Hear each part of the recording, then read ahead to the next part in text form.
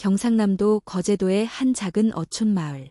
그날 밤 거센 태풍이 섬 전체를 뒤흔들고 있었다. 바람은 마치 울부짖는 짐승처럼 지붕을 때리고 바닷물은 제방을 넘어 마을로 밀려들었다. 그 혼돈의 한복판에서 강미숙은 산통을 견디며 방 안의 이불을 꼭 붙들고 있었다. 그녀의 이마엔 식은땀이 맺히고 입술은 바짝 말라 있었다. 동철 씨, 이제 애들이 오려나 봐요. 서동철은 급히 외투를 걸치고 플래시를 들고 나섰다. 밖은 이미 물바다가 되어 있었다. 진흙탕 길을 달리며 그는 근처 보건소의 조산사 박영옥을 불러오려 했었다. 휴대전화는 끊긴 지 오래였고 빗줄기는 시야를 가렸다. 이 밤 마을 전체가 조용히 잠들어 있었지만 단 하나의 집, 미숙의 집 창문에만 희미한 불빛이 남아 있었다. 박영옥은 수십 년간 아이들을 받아온 베테랑 조산사였지만 오늘만큼은 그녀의 손이 떨렸다. 이건 평범한 출산이 아니었다. 어딘가 가슴 한켠에서 불길한 예감이 일렁였다. 아이의 울음소리는 새벽 3시를 넘겨서야 들렸다. 그러나 그것은 하나가 아니었다. 동시에 2개의 울음이 겹쳐 들렸다. 그리고 그 순간 박영옥은 얼어붙었다. 세상에, 이럴 수가. 두 아이는 서로의 복부를 맞대고 붙어 있었다. 장기 일부가 공유되어 있었고 그중 가장 치명적인 건 심장이 단 하나였다는 점이었다. 그 심장은 왼쪽 아이에게 기울어져 있었고 오른쪽 아이는 그 심장의 의지에 살아가고 있었다. 미숙은 정신이 흐릿한 채 아이들의 울음소리를 들었지만 그 모습을 직접 보지는 못했다. 그녀는 단지 남편의 떨리는 손에서 두 아이를 받아 안았다. 그들의 이름은 그 자리에서 정해졌다. 지원이, 지혜, 두 아이 다 살아야 해. 서동철은 아이들을 품에 안고 속삭였다. 집안에는 물이 반쯤 차 있었고 바깥에서는 천둥 소리가 이어지고 있었다. 그러나 그 순간 그들은 세상과 단절된 하나의 세계 속에 있었다. 단 2개의 이름, 단 하나의 심장, 그리고 단 하나의 소망만이 그 방 안을 채우고 있었다. 아침이 밝자 마을은 소문으로 술렁이기 시작했다. 쌍둥이가 붙어서 나왔다더라.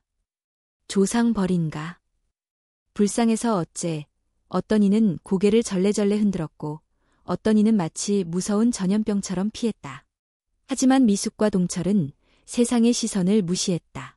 병원에서는 아이들이 1년을 넘기기 어렵다고 했지만 그들은 포기하지 않았다. 내 아이야. 아무리 이상하게 태어났다고 해도 내 품에 있는 이상 끝까지 지킬 거야. 그녀는 매일 새벽 창문 너머 동이 트는 하늘을 보며 기도했다. 손에는 연등줄이 감겨 있었고 입가에는 한마디 진언이 반복되었다. 오늘도 살아있기를. 지원은 태어날 때부터 조금 더 강했다. 울음도 컸고 젖을 빠는 힘도 셌다. 반면 지혜는 숨이 짧고 자주 잠에 들었으며 감기에 잘 걸렸다. 간호도, 수유도, 목욕도 쉽지 않았다.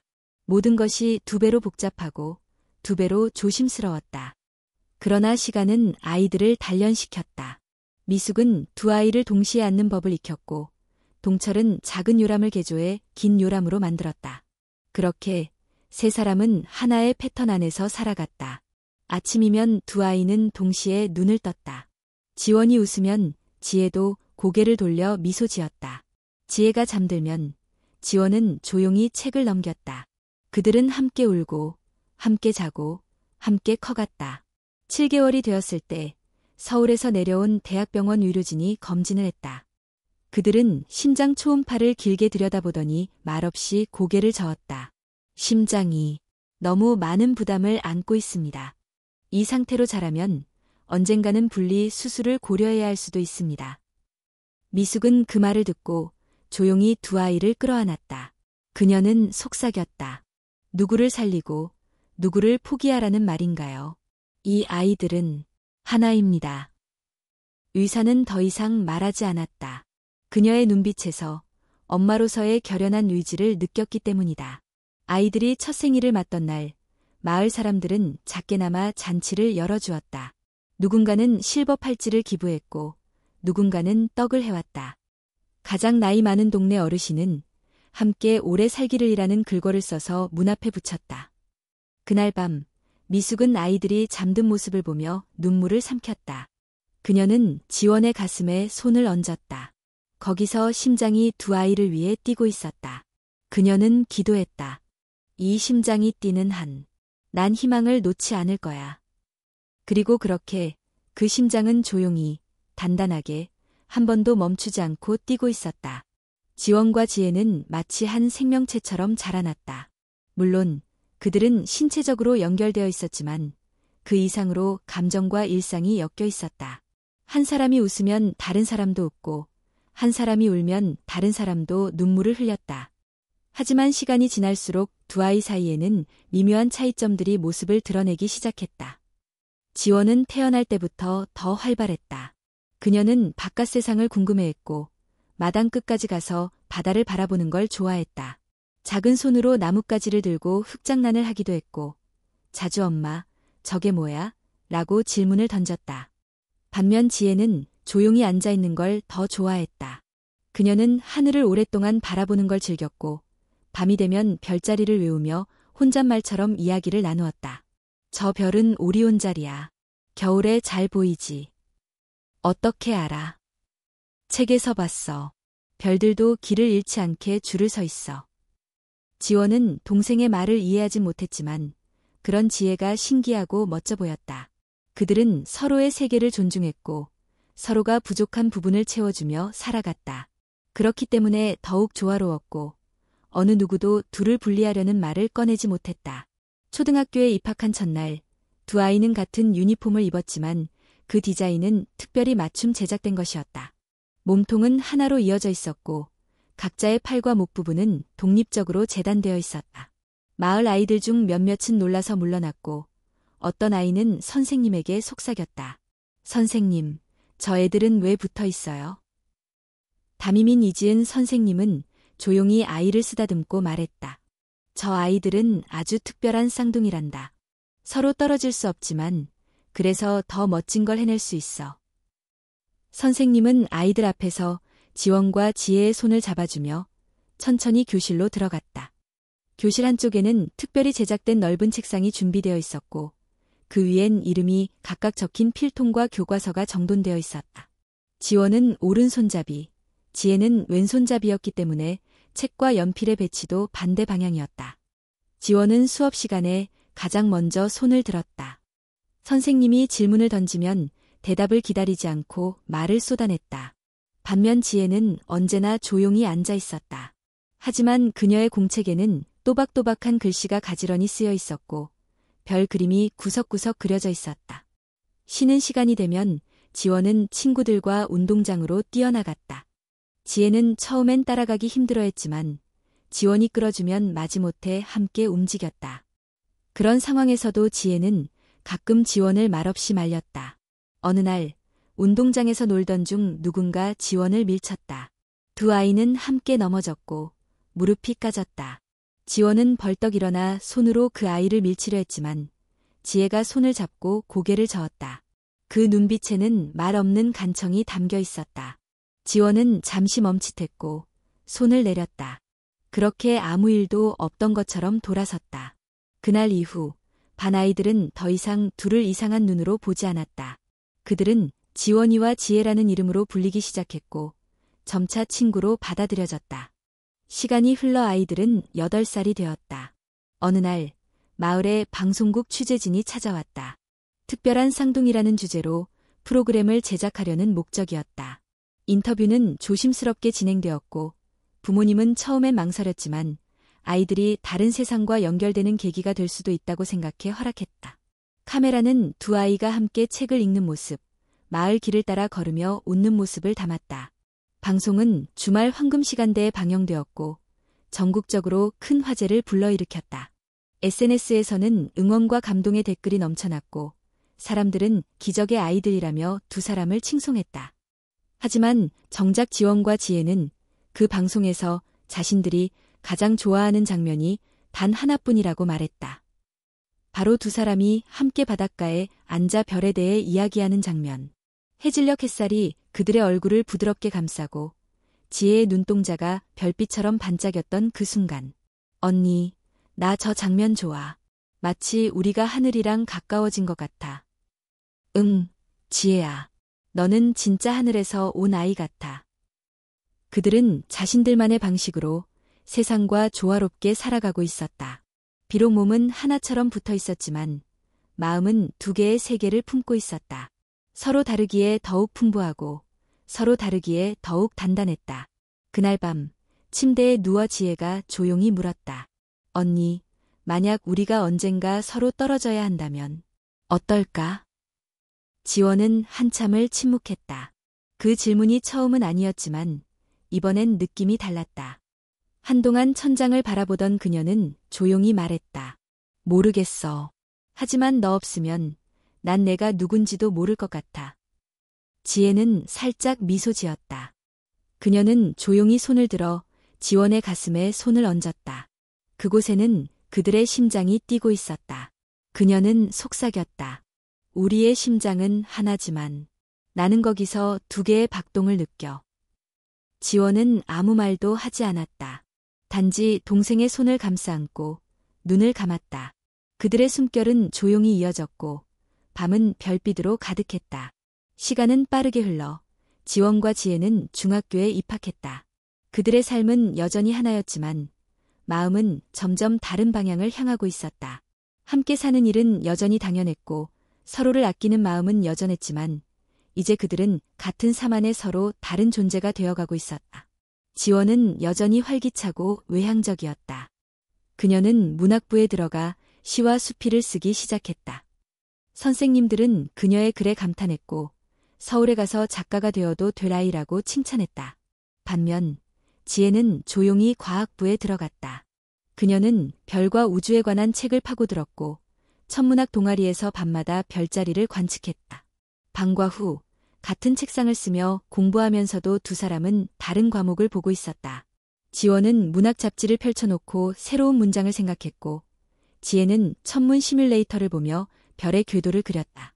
책상은 하나였지만 그 위에 놓인 세계는 전혀 달랐다. 어느 날 저녁 두 사람은 방 안에서 조용히 앉아 있었다.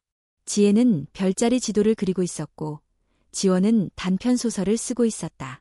그때 지원이 조심스럽게 물었다. 지혜야, 만약 우리가 떨어질 수 있다면 너는 어떤 삶을 살고 싶어? 지혜는 펜을 멈추고 조용히 창밖을 바라보았다. 밤하늘엔 별이 하나둘씩 떠오르고 있었다. 혼자 걷고, 혼자 생각하고, 혼자 하늘을 보고 싶어. 가끔은 내 박자대로 숨쉬고 싶어. 지원은 순간 아무 말도 하지 못했다. 그 말이 자신에게서 멀어지려는 것처럼 느껴졌기 때문이었다. 하지만 그녀는 애써 미소 지으며 말했다. 그럴 수 있다면 좋겠지. 말은 그렇게 했지만 그녀의 가슴 깊은 곳에서는 알 수 없는 불안이 피어올랐다. 지혜가 나 없이도 괜찮을까? 아니면 나 없이 살아보고 싶은 걸까? 며칠 후 학교에서는 전국 청소년 문예대회 공고가 붙었다. 지원은 선생님의 추천으로 출품을 하기로 했다. 그녀는 자신들의 삶을 바탕으로 한 에세이를 썼고 한 몸, 두 마음이라는 제목으로 제출했다. 그 에세이는 큰 반향을 불러일으켰다. 지역 예선을 통과하고 전국 본선에 올랐다. 인터뷰 요청이 들어왔고 방송국에서도 다시 관심을 보였다. 하지만 그 과정에서 지혜는 점점 불편함을 느끼기 시작했다. 왜 우리의 이야기가 항상 특별함으로 포장돼야 해? 난 그냥 조용히 살고 싶어. 지원은 당황했다. 지혜야, 이건 좋은 기회야. 우리 삶이 누군가에게 힘이 될 수도 있어. 근데 우리는 항상 언니의 시선이지. 난 내 목소리로 말해본 적이 없어. 그 말에 지원은 충격을 받았다. 자신은 늘 두 사람을 위한 선택을 한다고 믿어왔지만 정작 지혜에게는 선택권이 없었던 것이다. 며칠 후 지혜는 혼자서 인터넷을 통해 한 대회의 정보를 찾아냈다. 그것은 청소년 과학 논문 경진대회였고 그녀는 이중별의 궤도 변화와 인간의 생체 리듬이라는 주제로 논문을 작성하기 시작했다. 지혜는 이 사실을 지원에게 말하지 않았다. 처음으로 그녀는 혼자만의 일을 계획하고 있었다. 밤마다 몰래 노트북을 켜고 논문을 다듬고 영문 초록을 번역했다. 그녀의 눈빛은 이전보다 또렷했고 손끝은 결연했다. 그리고 몇 주 후 지혜는 그 대회에서 본선 진출 통보를 받았다. 발표는 서울에서 열리는 과학 캠프에서 진행될 예정이었다. 하지만 그 사실은 우연히 지원에 의해 밝혀졌다. 우편으로 온 공식 초대장을 먼저 받은 사람이 바로 그녀였기 때문이다. 지원은 손에 초대장을 쥔 채 지혜를 바라보았다. 왜 말 안 했어? 지혜는 조용히 말했다. 말하면 언니가 반대할까봐. 난 반대 안 해. 다만 속였다는 게 속상해. 지원의 눈동자에는 상처가 고스란히 담겨 있었다. 지혜는 말없이 고개를 숙였다. 그녀도 알았다. 그 선택이 언니에게 어떤 의미로 다가올지. 그날 밤 두 사람은 말없이 등을 맞대고 누웠다.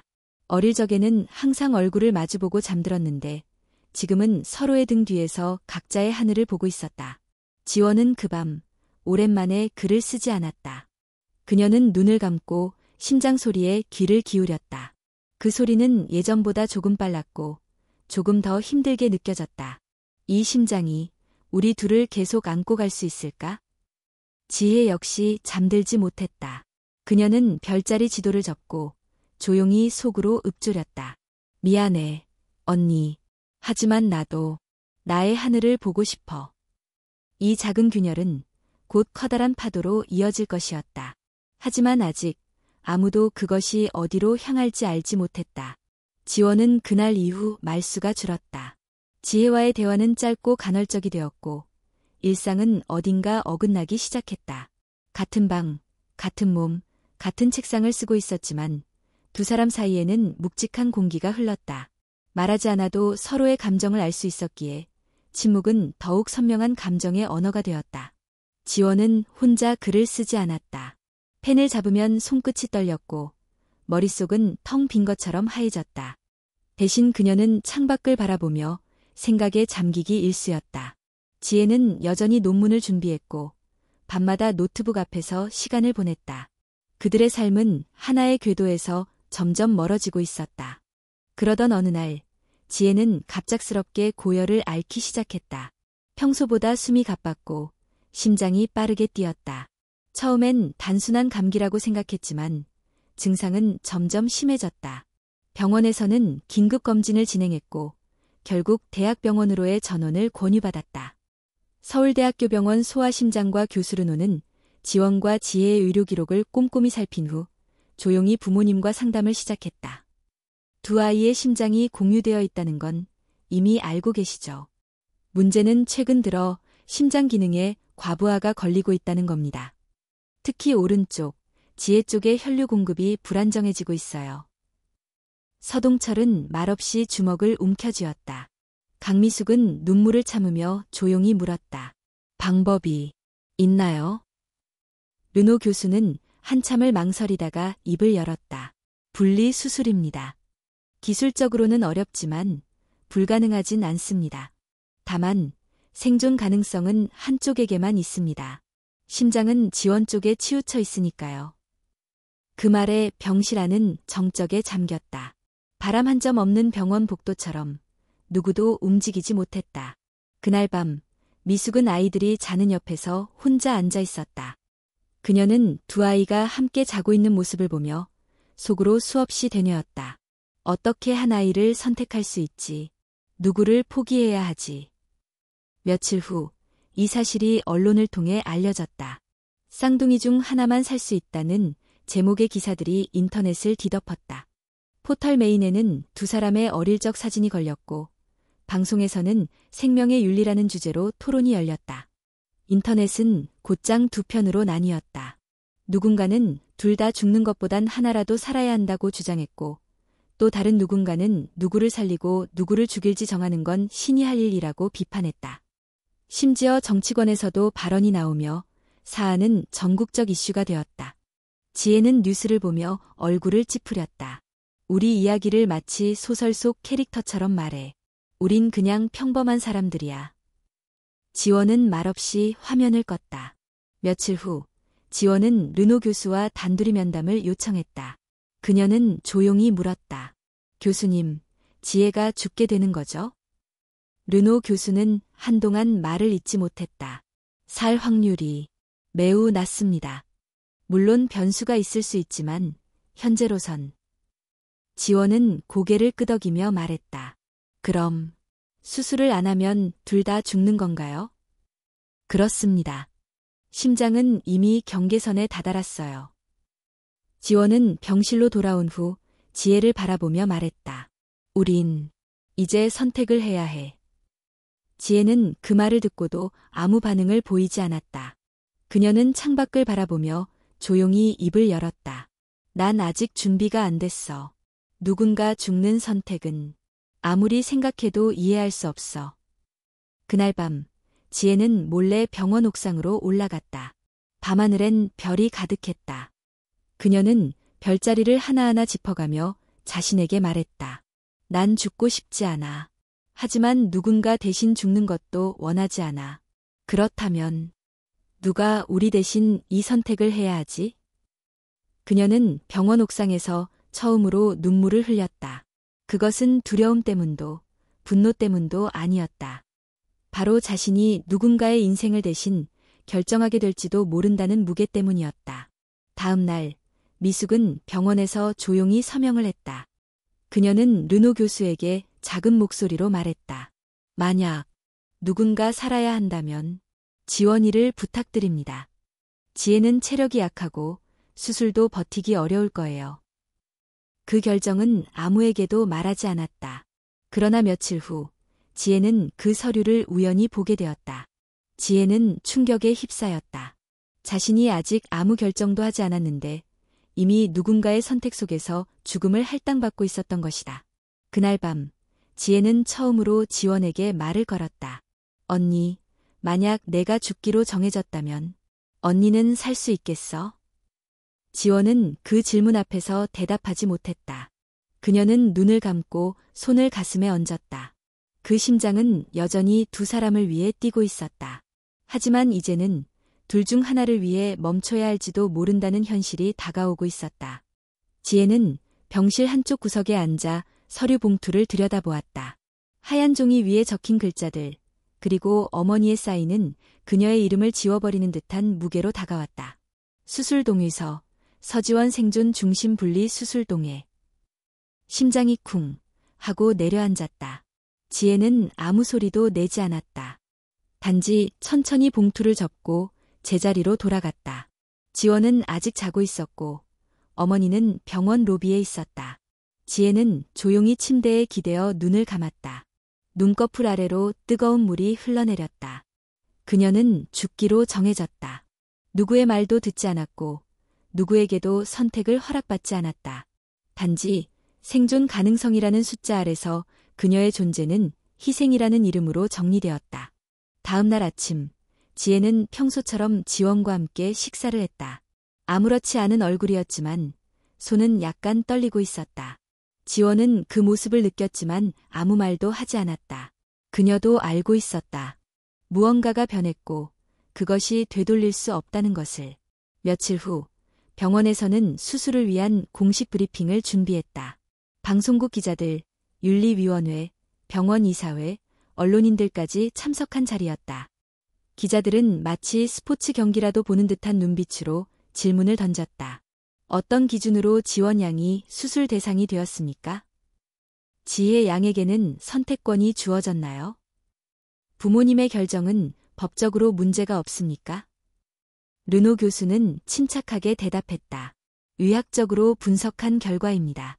생존 확률은 지원 양이 높으며 지혜 양은 수술을 견디기 어렵습니다. 하지만 그 대답은 사람들의 마음을 진정시키지 못했다. 인터넷은 다시 한번 들끓기 시작했다. 한 아이를 살리기 위해 다른 아이를 죽이는 게 정당한가? 이건 의학이 아니라 살인이다. 당사자의 의사는 어디에 있는가? 방송 인터뷰 요청이 쇄도했다. 결국 병원 측은 지원과 지혜의 동의를 받아 두 사람의 인터뷰를 진행하기로 결정했다. 스튜디오 조명이 켜졌고 카메라가 돌아갔다. 두 자매는 나란히 앉아 있었지만 그 사이엔 보이지 않는 벽이 있었다. 앵커가 조심스럽게 질문했다. 지금의 상황을 어떻게 받아들이고 있나요? 지원이 먼저 입을 열었다. 처음엔 너무 무서웠어요. 누가 살아야 하고 누가 죽어야 한다는 게 말이 안 된다고 생각했어요. 하지만 이대로면 우리 둘 다 죽을 수 있다는 말에 어쩔 수 없이 받아들이게 됐어요. 그녀는 말을 멈췄다. 그리고 지혜 쪽을 바라봤다. 지혜는 시선을 아래로 떨어뜨리고 있었다. 지혜 양은 어떻게 생각하시나요? 잠시 정적이 흐른 후 지혜가 고개를 들었다. 저는 살고 싶어요. 그 말은 스튜디오 안을 얼어붙게 만들었다. 앵커조차 당황한 듯했다. 하지만 지혜는 흔들리지 않고 말을 이었다. 저는 제가 언니보다 약하다는 걸 알아요. 하지만 그게 죽어도 된다는 의미는 아니잖아요. 저는 선택받지 못한 존재가 아니에요. 단지 기회를 얻지 못했을 뿐이에요.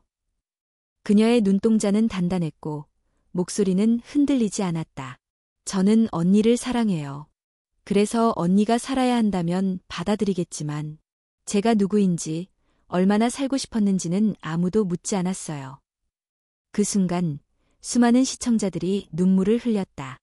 누군가는 방송을 보고 SNS에 글을 남겼다. 지혜의 말은 나에게 살아야 할 이유를 다시 생각하게 만들었다.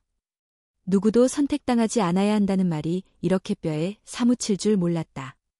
지혜의 인터뷰는 방송이 끝난 후에도 계속 회자되었고 그녀의 말은 여러 언론에서 인용되었다.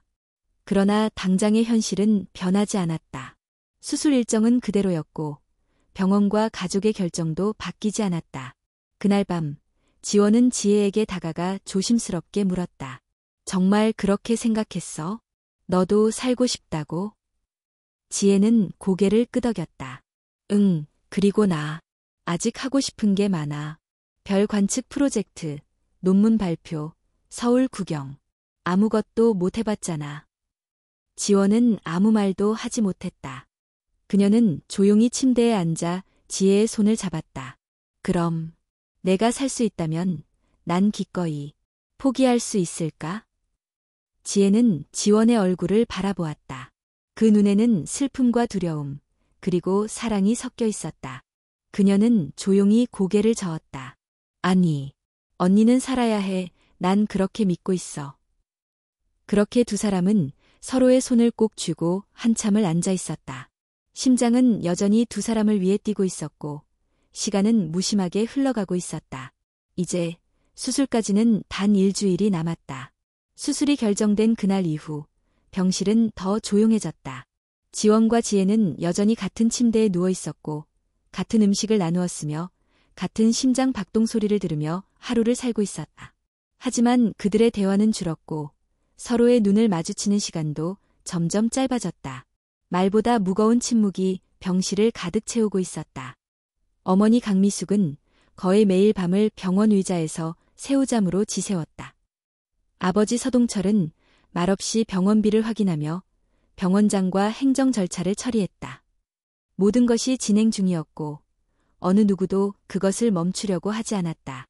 지혜는 수술 날짜가 가까워질수록 편지를 쓰기 시작했다. 한 장은 부모님에게, 한 장은 지원에게, 또 한 장은 병원 관계자에게. 그리고 마지막 편지는 자신이 존경하는 르노 교수에게 썼다. 그녀는 자신의 글씨체가 흔들리지 않도록 최대한 정성스럽게 적었다. 글자 하나하나에 감정을 담았고 말 한마디마다 무게를 실었다. 그 편지들은 그녀가 할 수 있는 마지막 목소리이자 마지막 존재의 증거였다. 그날 밤 병실 조명이 꺼진 후 지혜는 작게 속삭였다. 언니. 지원은 반쯤 잠든 목소리로 대답했다. 응. 내가 만약 정말 떠나게 되면 내 이야기를 대신 전해줄 수 있어? 지원은 잠시 침묵했다가 천천히 고개를 끄덕였다. 응, 꼭 전할게. 절대 잊지 않을게. 지혜는 조용히 미소 지었다. 그리고 다시 눈을 감았다. 그 밤의 대화는 두 사람 모두에게 하나의 이별 예고처럼 느껴졌다. 수술 전날 아침, 병원에서 마지막 정밀검진이 진행되었다. 의료진은 세심하게 상태를 체크했고, 간호사들은 수술 동선을 점검하며 움직였다. 모든 것이 준비되어 있었다. 그리고 오후, 가족들은 병실에 모였다. 르노 교수는 간단한 브리핑을 진행한 후 아이들에게 마지막으로 물었다. 준비됐나요? 지원은 고개를 끄덕였고 지혜는 한 박자 늦게 눈을 감은 채 천천히 숨을 들이켰다. 네, 준비됐어요. 의료진은 두 사람을 수술실로 옮겼고 미숙은 눈물로 작별 인사를 했다. 엄마는 너희를 너무 사랑해. 꼭. 둘 다 마음속에 살아있어. 수술대 위에서 지원은 지혜의 손을 꽉 잡았다. 마지막까지 서로의 온기를 기억하려는 듯했다. 지혜가 말했다. 혹시 내가 깨어나지 못하더라도 언니는 계속 살아야 해. 지원은 고개를 저었다. 그런 말 하지 마. 너는 깨어날 거야. 너는 강하니까. 지혜는 마지막으로 웃었다. 내가 살아있는 동안 언니는 나였고 내가 죽더라도 언니는 나의 반쪽이야. 그러니까 내가 없어도 혼자가 아니야. 그 말이 끝나기도 전에 마취가 시작되었다. 지혜의 눈이 천천히 감겼고 지원 역시 눈을 감았다. 수술실은 긴장감으로 가득 찼고 시간은 차갑게 흘러갔다. 12시간에 걸친 수술은 의료진에게도 가족에게도 그리고 국민에게도 시험과도 같은 순간이었다. 방송국은 수술 경과를 생중계했고 수많은 사람들이 숨을 죽이며 결과를 기다렸다. 그리고 수술 종료 선언이 내려졌다. 르노 교수는 땀에 젖은 수술복을 벗으며 병원장에게 짧게 말했다. 지원이는 살았습니다. 하지만 지혜는 회복하지 못했습니다. 병실 앞에서 기다리던 강미숙은 그 말을 듣고 바닥에 주저앉았다. 서동철은 조용히 눈을 감고 두 손을 모았다. 지혜의 사망 소식은 곧장 언론을 통해 전해졌고 전국이 슬픔에 빠졌다. 그러나 대부분의 사람들은 그녀의 희생이 다른 생명을 살렸다는 말로 자신들의 감정을 정리하려 했다. 하지만 정작 가장 큰 슬픔 속에 있는 사람은 지원이었다. 회복실에서 눈을 뜬 그녀는 처음으로 왼쪽의 감각이 사라진 것을 느꼈다. 몸이 반쯤 비어있는 듯한 이상한 감각, 그리고 무엇보다 익숙한 숨소리가 들리지 않는다는 사실. 그녀는 눈을 뜨자마자 주변을 둘러보았다. 지혜? 하지만 대답은 돌아오지 않았다. 병실에는 어머니의 흐느낌과 심장 모니터의 소리만이 남아있었다. 지원은 자신의 가슴에 손을 얹었다. 그곳엔 여전히 심장이 뛰고 있었다. 단 하나의 심장. 그리고 이제는 오직 혼자만을 위해 뛰는 심장. 눈물이 주르륵 흘러내렸다. 지원은 울지 않으려 했지만 감정을 막을 수 없었다. 그것은 단지 슬픔이 아니라 죄책감이었고 두려움이었고 공허함이었다. 그날 밤 그녀는 말없이 천장을 바라보며 속삭였다. 지혜야, 미안해. 그리고 고마워. 수술 후 지원은 회복 병동에서 일주일을 보내야 했다. 몸은 점차 안정을 되찾고 있었지만 그녀의 마음은 회복되지 않았다.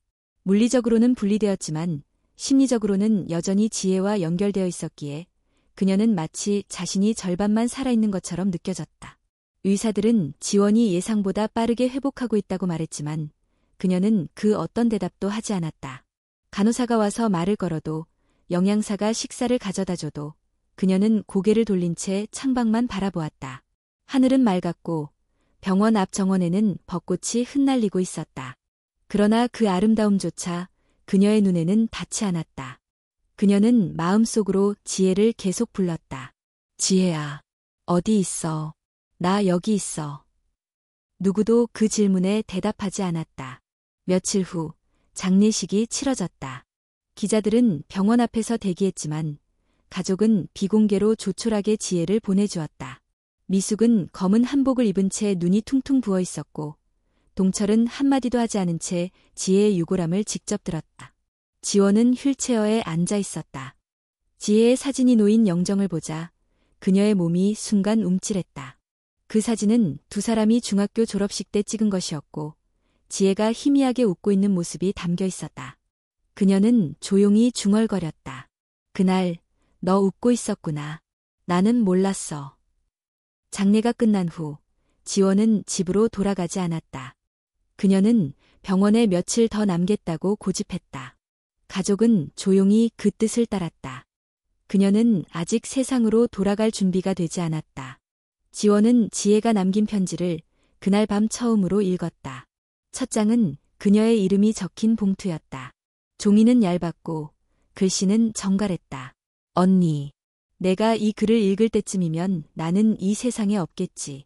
하지만 언니가 이 글을 읽고 있다는 건 내가 믿고 간 길이 틀리지 않았다는 뜻이야. 나는 언니가 살아있기를 원해. 단지 숨쉬는 게 아니라 정말로 살아있기를. 내가 못 본 별, 못 들은 음악, 못 걸은 길을 언니가 대신해줬으면 해. 하지만 언니가 꼭 기억해줬으면 하는 게 있어. 나는 죽지 않았어. 언니 안에서, 언니의 기억 안에서, 그리고 언니의 심장 안에서 나는 살아있어. 그러니까 제발 살아줘. 숨만 쉬지 말고 살아. 웃고 울고 사랑하고 아파하고 그리고 또다시 일어나줘. 나는 그걸로 충분해. 지혜. 편지를 읽는 동안 지원은 눈물을 흘리지 않았다. 하지만 손끝이 떨리고 심장은 아프게 뛰었다. 그녀는 종이를 가슴에 꼭 안고 천천히 눈을 감았다. 그날 밤 그녀는 처음으로 혼자 잠을 잤다. 태어나서 처음으로 아무도 옆에 없는 침대 위에서. 그 다음 날 아침 지원은 조용히 침대에서 일어났다. 간호사는 놀란 눈으로 그녀를 바라보았다. 그녀는 옷을 갈아입고 거울 앞에 섰다. 한쪽 어깨가 텅 비어 있었고 몸의 균형은 익숙하지 않았다. 하지만 그녀는 거울을 응시하며 천천히 숨을 들이쉬었다. 지혜야, 나 시작할게. 며칠 후 지원은 병원에서 퇴원했다. 카메라 기자들은 병원 출입구 앞에 몰려 있었지만 그녀는 아무 말도 하지 않았다. 대신 검은 모자와 마스크를 쓴 채 택시에 올라탔다. 그녀가 향한 곳은 바로 지혜가 꿈꾸던 장소, 대전의 국립천문대였다.